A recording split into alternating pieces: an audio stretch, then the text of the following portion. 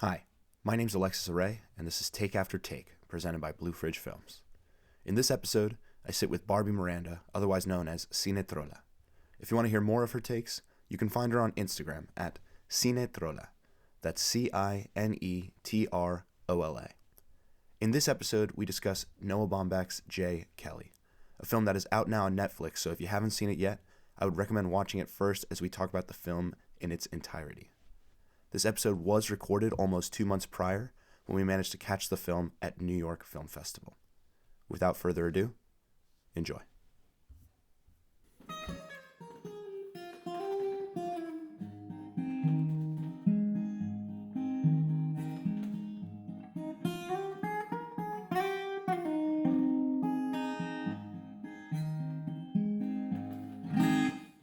Welcome to another movie podcast presented by Blue Fridge Films. We're here to talk about another movie. Today we're talking about... What are we talking about, Barbie? We're talking about J. Kelly. We're talking about J. Kelly. Noah Baumbach's J. Kelly, releasing this year. We were lucky enough to see it at New York Film Festival just a couple of days ago as of when we are recording. Exactly. I think this is one of the only things we agree on. That this was our favorite movie from the festival. This was both our favorite movies. I think we actually gave 5 stars. We did. We both gave 5 stars. That's crazy. We came out of the theater. We were mesmerized by what we saw because we are big Noah Baumbach fans. I actually didn't have like the highest expectations for this movie, although I love Noah Baumbach, he's my favorite director. But I was like, I don't know. I didn't know what the story was gonna be like. I had my doubts about it, but I was gladly surprised in the best way possible, in the best way cinema can surprise you.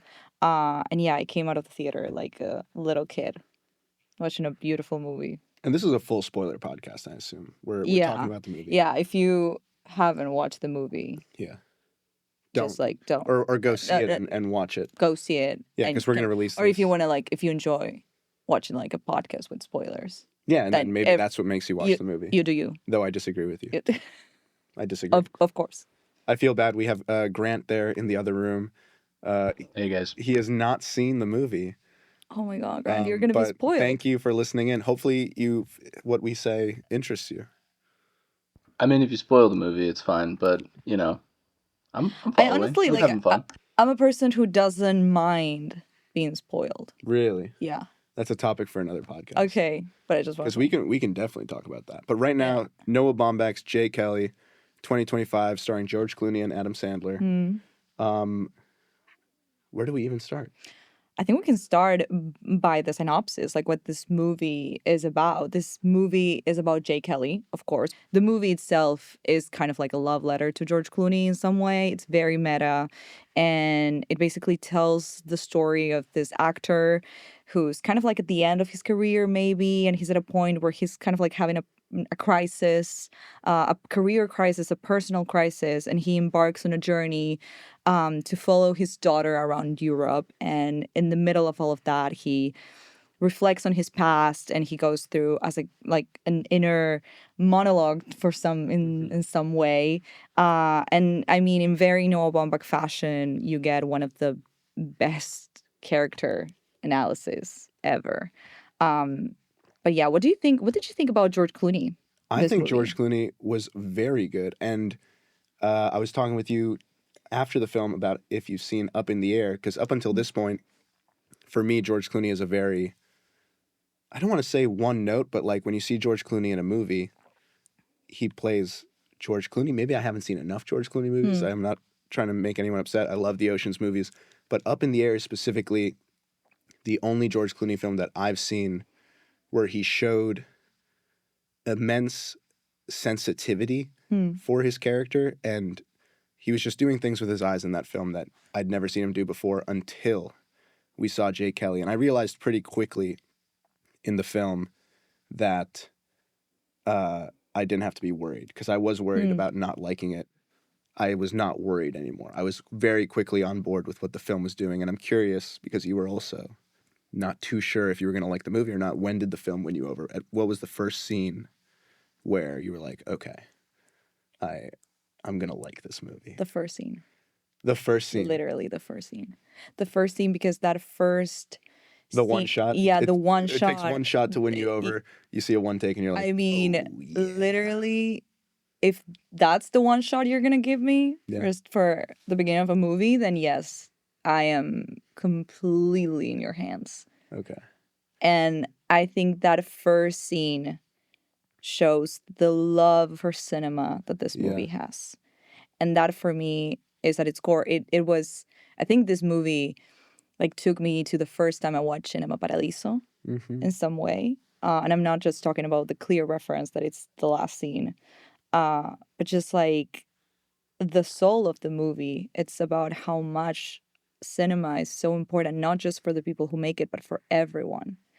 And that first scene where everyone's like, we talked about this during the festival too because of other movies, but what life on set is like, the chaos and everyone working their everything like to make this beautiful thing work.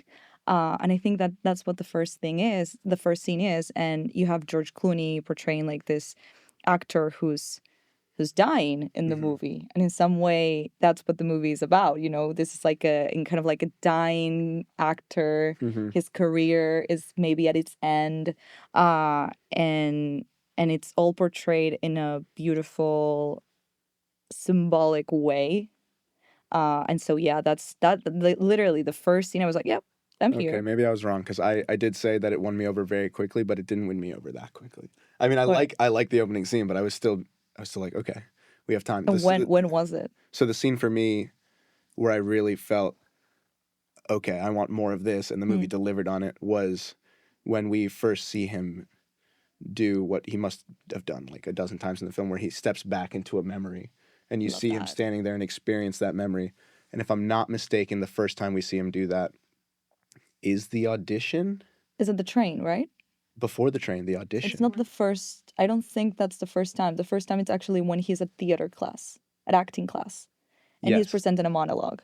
Yes. That's the first one, and I think like that's the beginning of a beautiful like whimsical journey. And we talked about this too. How like some films, I feel like in this festival many films talk with each other in some way, especially the last four that we watch, and this idea of like a whimsical journey, like he stepping into his memories, and the way the camera works in those moments is beautiful. It's beautiful. That's what got me. And that's very Noah Baumbach too, kind of like we had the tremendous luck to go to a talk with Noah in the festival, and he was talking about how in his movies there's not a clear like villain. So the way that he creates conflict is through the inner world of these characters, and he has a way of showing this inner world like that is. For me, he is the best director. We step into his mind. We step into his mind, and it's just like you have this actor that has so many regrets in his life. He has like this conflict between like, I did everything in my power to get what I wanted, which was I wanted to be an actor. I wanted fame. I wanted this, and then I got it. But look at all of the things that I lost, and look at all of the things that I had to give up. Yeah, to have this, this idea of success.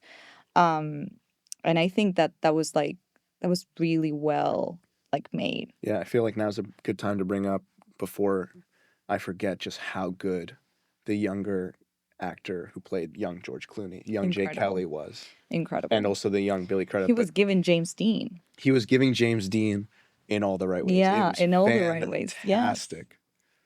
Oh my God. No, the audition scene. Yeah. Was one of the best things. It was incredible. That's the scene that won me over. And that's what I was saying. Like it's the shark mode. That's like when he was like, yeah, I don't care about my best friend. Yeah. I just care about this. And because of this attitude, he got what he wanted, And it's just like another thing that Noah was talking about in the talk is like how in his movies, most of the time, this obsession with success and getting what you want is the one thing that's keeping you away from like finding out who you truly are. It's just like, and I see that in like 90% of his movies. Of course, like every person has a different idea of what success is, but I think in Jay Kelly it's very clear. Like he has, and it's not like, oh, I regret everything. Like, I regret being a movie star, because even in the last scene, he's like, can we do it all over again? Can I get one more? Can I get one more? It's just like this beautiful thing that I did, and I don't regret it in some way, because this is my life. And one of my favorite quotes from this movie is like, my memories are movies.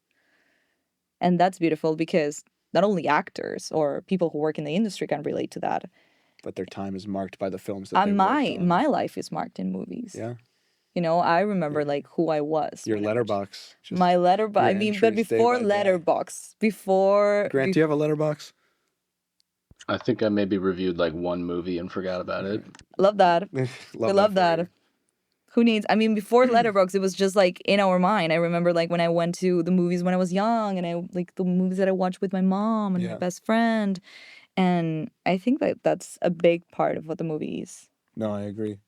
I think on paper, I wouldn't be excited for this film, or I wouldn't be excited for it in the sense that this is a story that we've seen before. The washed up, disconnected person that spent all their time in the career.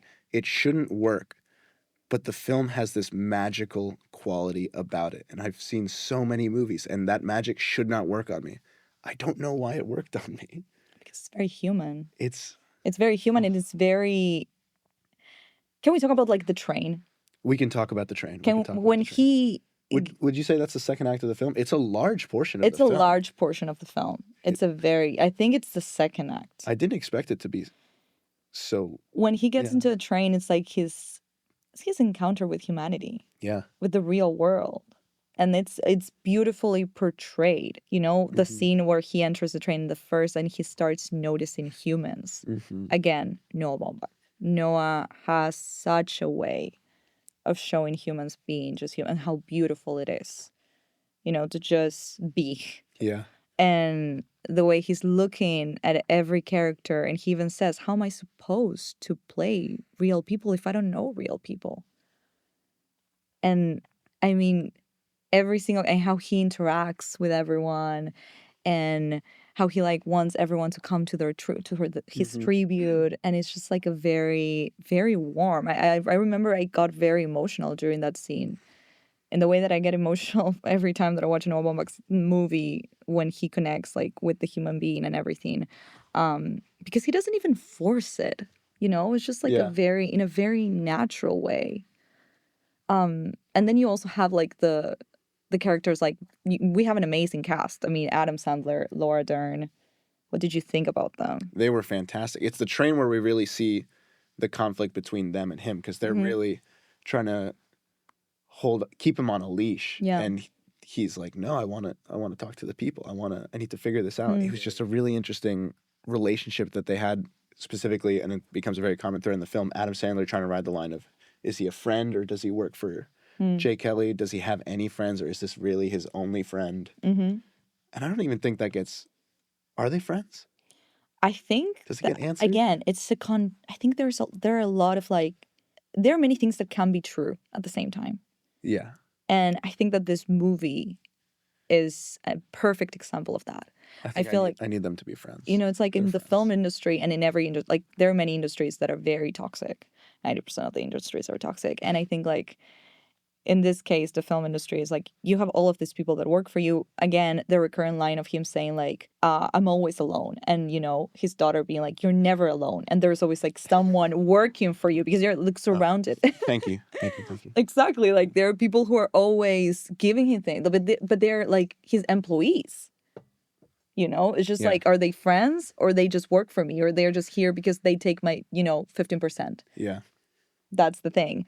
I think Adam Sandler's character is very interesting, because I think he brings a much needed sense of like warmth and just like reality to all of this. Like he's genuinely like a person who's just working, but at the same time he feels like that's his friend.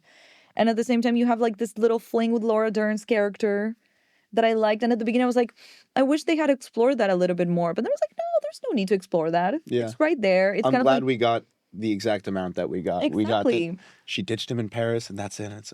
But yeah, I mean, and again, the same idea, choosing a career over something personal. Mm-hmm. And it's just the sacrifice that a lot of the times this kind of industries give you. It's like you can't have them both. And it's like what is better is like both things. Can you it's just like the eternal balance of career, love, personal life, everything. And that if you choose a path, it's not like the other one is like, oh no, I'm going to regret it my entire life. No, it's just like whether you choose your personal stuff or like career, you're always going to have regrets, and part of like growing up and part of life is like making peace with that. Mm-hmm. And that's like why I love those two characters. I think Laura Dern was fantastic. She was fantastic.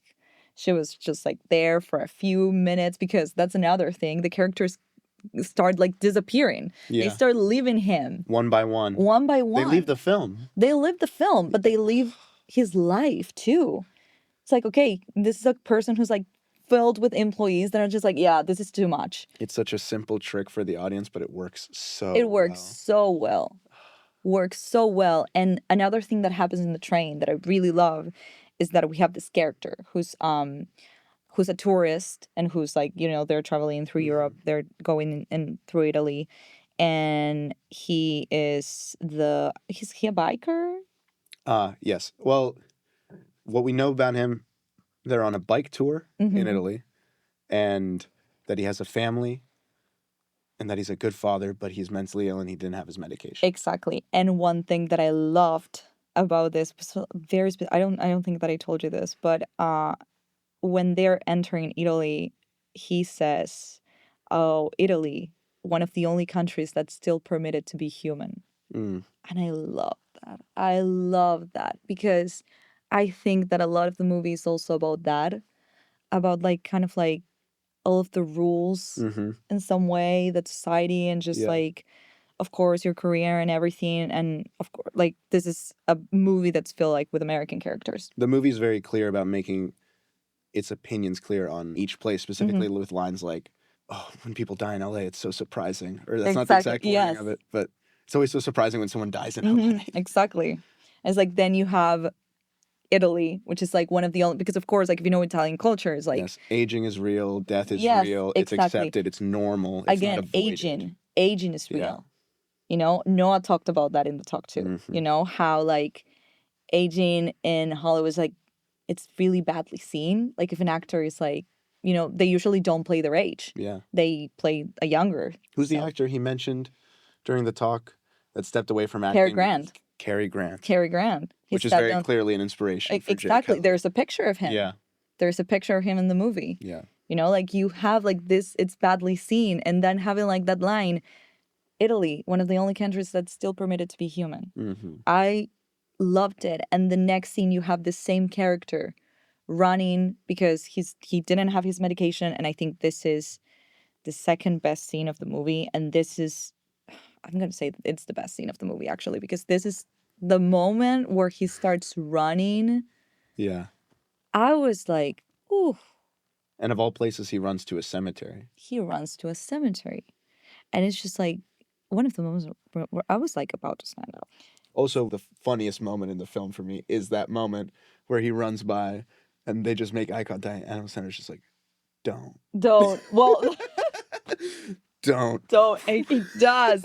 He's leaving. I mean, literally, because like the entire scene is like Jay Kelly is like so obsessed with like living life. He's like experimenting human reality. Like he hasn't been human for a long time. Yeah. It's like, this is a person who's like, oh my God, I'm in a train. Everything's like so exciting right now. And it's like, oh my God, a real life movie.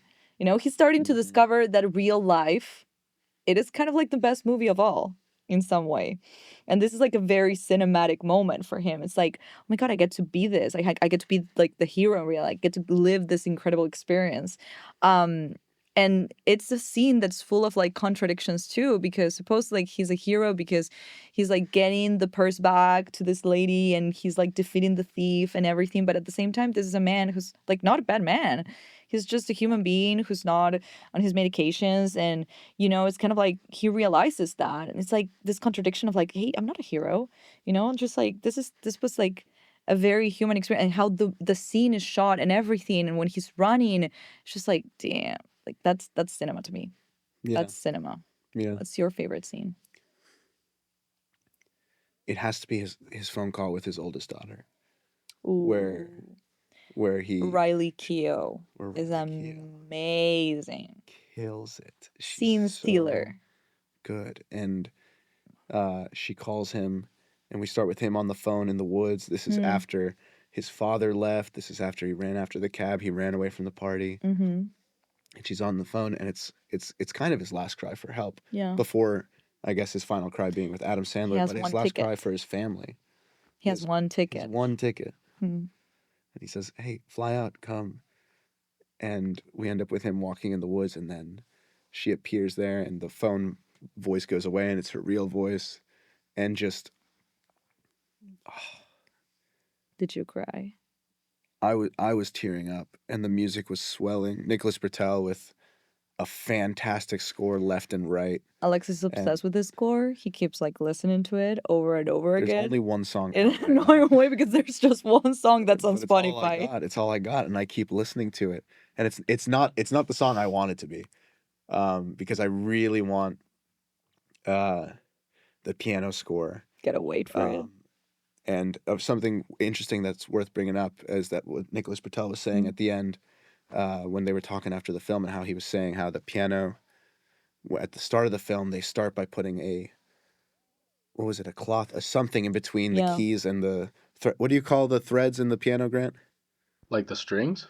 Oh, is that what it's called? Music 101. Yeah, the strings are what make the sound. And what hits the strings? The hammer. Okay, so thank you. And he's happy.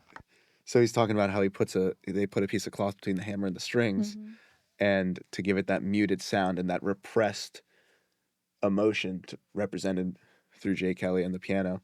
And then by the end of the film, that's removed, and it's a different piano. It's like a grander piano. I'm not a musician by any means, but I was impressed that that level of detail went into the music. And that it was recorded in an analogic way. Yes. Which was very important. They recorded it on tape. Yeah. Yeah. Yes. And it was very important for the film and everything.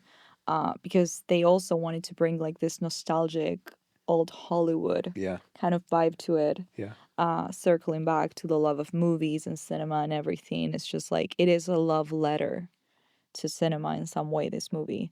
And talking about like, you know, crying and everything, I wanted to ask you, like, for you, like, what was the saddest scene for you? Which one was like, because I have mine. The saddest scene. I think the most I teared up. I think we have the same one. Do we have the same one? I said the what? The father. Okay, the father got me. The father was the first scene where I was fully tearing up. Okay. For sure. And no. Dude, No. it is that moment, because like this is also an encounter with him and like trying to grab his family, you know. It's like kind of like he already lost his older daughter, you know. He's trying to get his youngest daughter, she's there but she's kind of like drifting away because she's also at an age where she doesn't want to have anything to do. She doesn't want to be with her dad all the time. Yeah.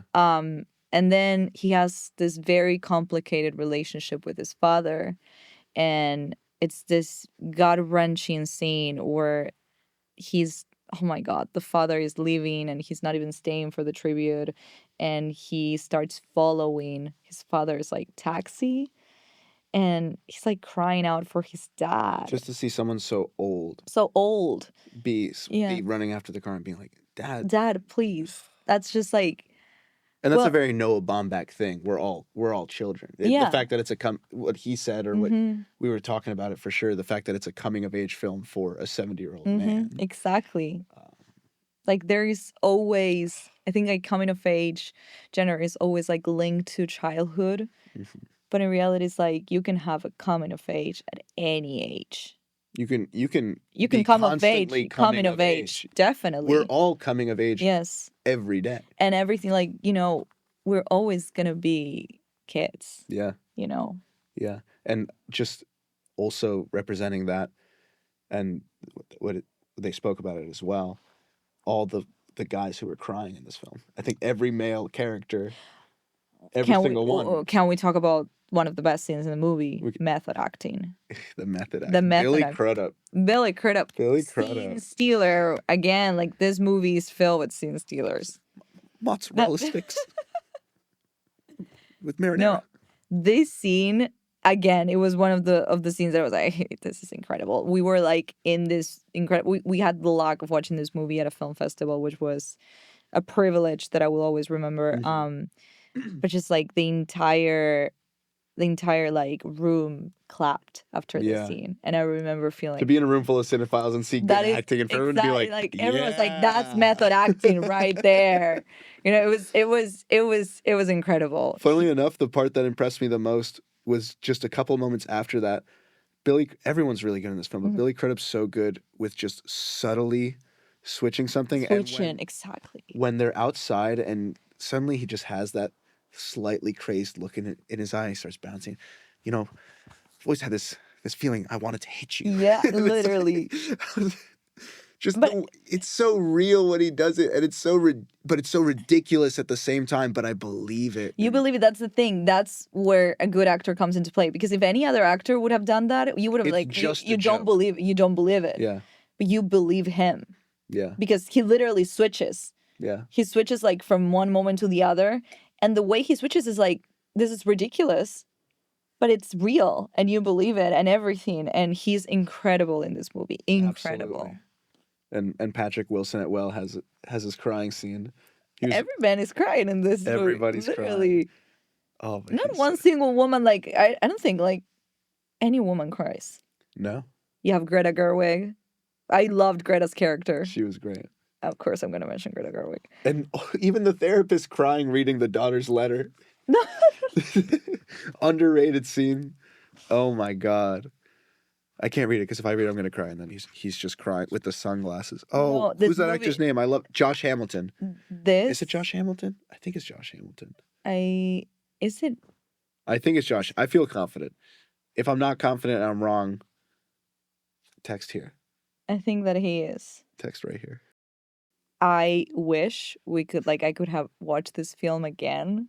Like, before we go, like, this is the thing about, like, going to a festival. Like, this scene is not out yet. I needed to watch it 5 times before we did this. Yes, episode. exactly. We were talking just now, like, one of the first scenes that we watch in the movie, it's, like, one of the first people that he loses in life is his mentor. Where he... The person that gave him his first role. Yeah, and, again, shark mentality. It's like, I'm sorry, I can't help you out. You know, you're asking for help. I can't do it, you know? It's just like, and it's got to, because like, I feel like we all kind of like go through those moments in our life where you have to like make hard choices, you know, and just letting people you love down. And you think that it's nothing at the moment. And it's like, well, I'm just doing what I had to do. And then life passes you by and you're like, okay. Kind of like, I'm an asshole. I was an asshole, you know? Excuse me. I have a new saddest scene because I love the fact that Adam Sandler took the neck scarf from the mentor. It blew my mind that Jay Kelly didn't take it. It's such a lovely gift to leave someone. Whatever. Adam Sandler's character takes it, and when he takes it off and throws it on the dance floor. He takes it out on the dance floor, and actually this scene, I loved it because, again, this character is going through this inner crisis. You know, Jay Kelly is like, in the dance floor, is like, I don't care. He's addicted. I feel like in this moment, he's high on human, like, experience. And he's like, I can't let this go, you know? And he's just like, and he's being selfish again. You know, it's kind of like this character that keeps being selfish. Either, like, he's in the, like, full actor mode or he's, like, full human mode. It's like, I don't care. Now I'm human and I'm dancing and I want to dance and I don't care. Like in Italy, like whatever my job, and I can't even think about how this is gonna affect other people. Yeah, you know, because fame consumed him to the point of like, this is a selfish person at the core, and that's just like that's who he is. And that is not only because of the fame, that is just like who he has always been, because he wanted something and he was like, I don't care, I just want this and I'm gonna get it. And then when he like reconnects with his human thing, I think there's a very clear moment where you realize that he's actually very selfish. When he's talking to the daughter, he's actually not listening to her. You know, he's like, I want to connect with my daughter because I feel like I need to, but it's like, I'm not listening to anything. Like, and she realizes that. Yeah. She's like, Dad, you're not listening to me. You know, it's like, because this is a very flawed character. And you kind of like, it's charming because it's George Clooney and like everything about him is like, oh, he's such a movie star, you know? It's like George Clooney has such a movie star charm that I don't think, I feel like he is I mean, there's a reason moms are in love with him, you know? It's just like, he's like that. When this movie finished, when this movie ended, like he came out on the stage. I was like, oh my God, that's a movie star right there. That's Jay Kelly. That's literally, it was everything was so meta. Um, and I think in this movie does a really great job of you like loving this character, but also understanding that he's not 100% a good person. Yeah. You know, and that's just who he is. Um, and I think the way it shows selfishness, like really, really well. The meta quality of seeing that ending at New York Film Festival Imagine. with all these people who just love movies, to see that montage of George Clooney's career, Jay Kelly's career, quote unquote, and just to have him walk out on stage after that. Choosing to do that last scene with the montage of George Clooney's like career, that was It made it real. it made it real. Yeah. It made it real because Up in the Air was the first clip they showed. yeah, Alexis was like, I- "It's up in the air." Noah Baumbach agrees that's his best performance. They started with Up in the Air. Up in the Air is such a good movie. If you haven't seen it, please go watch it. Noah Baumbach It's actually so good. Noah Baumbach actually does a cameo in this movie. Noah Baumbach has the best camp. Just a little bit closer. I, Okay. And what is it? What does he say to them? It's a he's scene like, where the- it's an intimate scene I between want- actors, and Noah Baumbach plays a director. Mhm. And then he's like, "Okay, so I'm just gonna direct you. Okay, now go in for a kiss." So good. He's so funny. He's so funny. And I actually love that scene. I love that we remember this scene because I love the fact that he also has like regrets in love. And you know, you have this like this, I don't know, kind of like a one that got away is in some way because Yeah. it's kind of like something that never actually happened. I And love he's- that we never see the older No, version of this person. No, because this is a person who actually disappeared like from his life and Yeah. she never came back. And that's once life. people go, they That's a lot of the times they don't come back. exactly that's life. And he's like, This film is so brutal. I still think about you, you know, like the thing is like you still haunt me in some And way. I wonder if you think about me too. I wonder what you think about this moment. Yes, because I was in love. Yeah. And it's just like, it's the most beautiful thing because, and I think this movie is filled with this stuff, like showing you like glimpses of like connections or just like, you know, moments and Yeah. not exploring them to 100%. Mm-hmm. But it does. And usually, like most times, like I would be mad about this because I hate when movies like try to do a million things, but they just Yeah. like don't do anything. But this movie does it in a beautiful way because it shows the human mind in a very honest way. We are like fragments of everything that went on and goes on in our lives. And I think that this is a man that's going through a very like personal existential crisis. Yeah. And that's exactly what goes on in the human mind. Like all of a sudden you're thinking about your what if. And it's like, oh my God, I still think about this woman that I've met, like maybe, I don't know, they had a fling. I think like They had a fling. of a little while. Yeah. And then it's just like he disappeared and he still thinks about her. But randomly. It's not like Is she his first daughter's mother? no. No. It was actually he Do was we know the married. mother? I don't think so. We don't.